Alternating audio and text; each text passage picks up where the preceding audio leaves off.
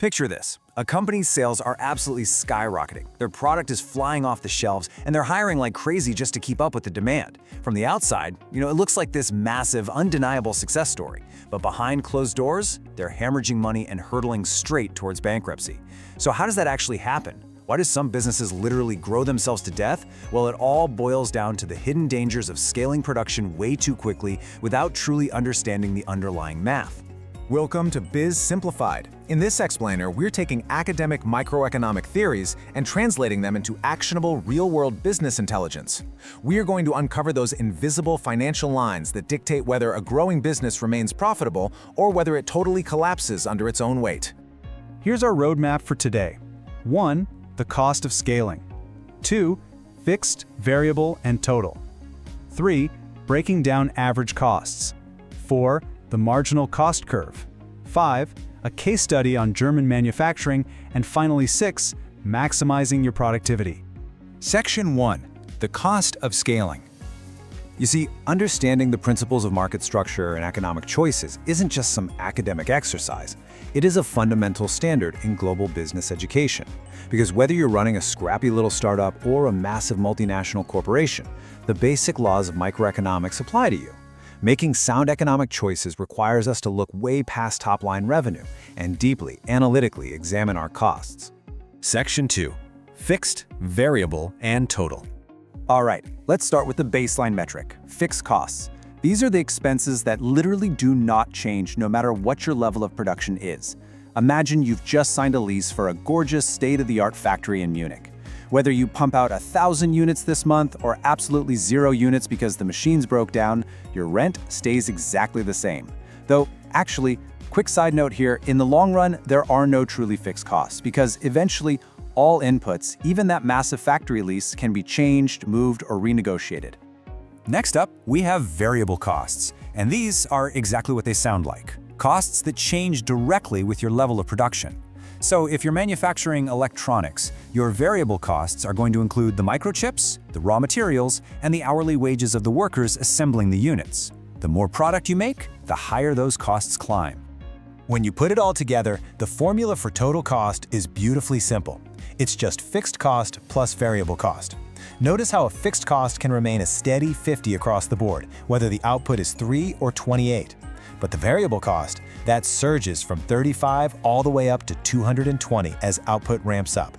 And consequently, your total cost jumps from 85 to 270. Section 3. Breaking down average costs. Now, total costs are important, sure, but they definitely don't tell the whole story. To price products competitively, we have to break down the average costs. Average fixed cost is just your total fixed cost divided by the quantity produced. Average variable cost is your total variable cost divided by quantity.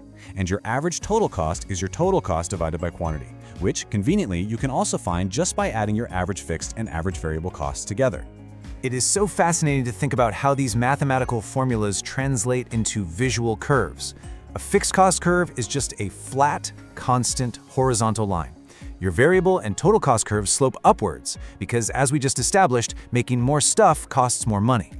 Your average fixed cost slopes downward because the more you make, the more you're spreading out that hefty factory rent. But the most absolutely crucial shapes to keep in mind are for marginal cost, average variable cost, and average total cost. Those form a very specific U-shape. So, why a U-shape? Well, when you first start scaling up, your average costs actually go down because you're becoming more efficient and you're spreading out those fixed costs. That's the downward slope of the U. But if you push operations too hard, say you're overcrowding your factory floor until people are literally bumping elbows, or you're paying massive amounts of overtime, your costs are going to start rising again. And that right there forms the upward swing. Section 4. The marginal cost curve. Now we've reached the analytical peak of the explainer, the margin. Marginal cost asks a very specific, very important question. How much does it cost to produce just one additional unit? To find it, we use 3 precise steps. First, compute the change in your total cost. Second, compute the change in your quantity of output. And third, simply divide the change in total cost by the change in quantity. The big takeaway here is that applying this level of academic rigor isn't just for passing some microeconomics exam. It's exactly how top-tier businesses pinpoint the precise moment when producing that next unit becomes way too expensive to justify. It is the ultimate secret to avoiding that deadly scaling trap we talked about right at the very beginning. Section 5. Case Study, German Manufacturing. Let's put this into practice with a case study. Consider Bavarian Tech Manufacturing, a fictional high-tech plant over in Germany. Management really wants to increase total output, so they decide, hey, let's start hiring more workers for the assembly line. But they need to rigorously measure the productivity of every single new hire to make sure this expansion is actually helping their bottom line. To figure this out, they have to look at the vital difference between average product and marginal product. Average product is just the total output divided by the total number of workers. It gives you a sense of general productivity. But marginal product? That's the additional output produced when exactly one more worker is added to the floor, assuming the factory size and the machines stay exactly the same. Let's run the numbers. With just one worker, total output is 4, so the marginal product is 4. Fast forward to 4 workers, they've clearly organized a fantastic little assembly line, and the marginal product jumps up to 6. But watch what happens as they just keep hiring. At 7 workers, total output hits 32, but that 7th worker, they only added a marginal product of 1. And by the time they cram 10 workers into that exact same factory space, total output actually drops down to 25. That 10th worker has a negative marginal product of -5. They are literally just getting in each other's way. Which brings us to Section 6, Maximizing Your Productivity. When you compare that peak efficiency at 7 workers to the absolute chaos and loss of output with 10 workers, a massive business truth reveals itself. Throwing more labor or more money at a problem does not always equal more product. Bavarian Tech peaked at 7 workers. Any hire after that exact point was actively destroying their efficiency and wasting money. And this is the ultimate lesson of our cost and production analysis today. Those U-shaped cost curves and the harsh reality of diminishing marginal product prove one thing. Efficiency isn't just about making more.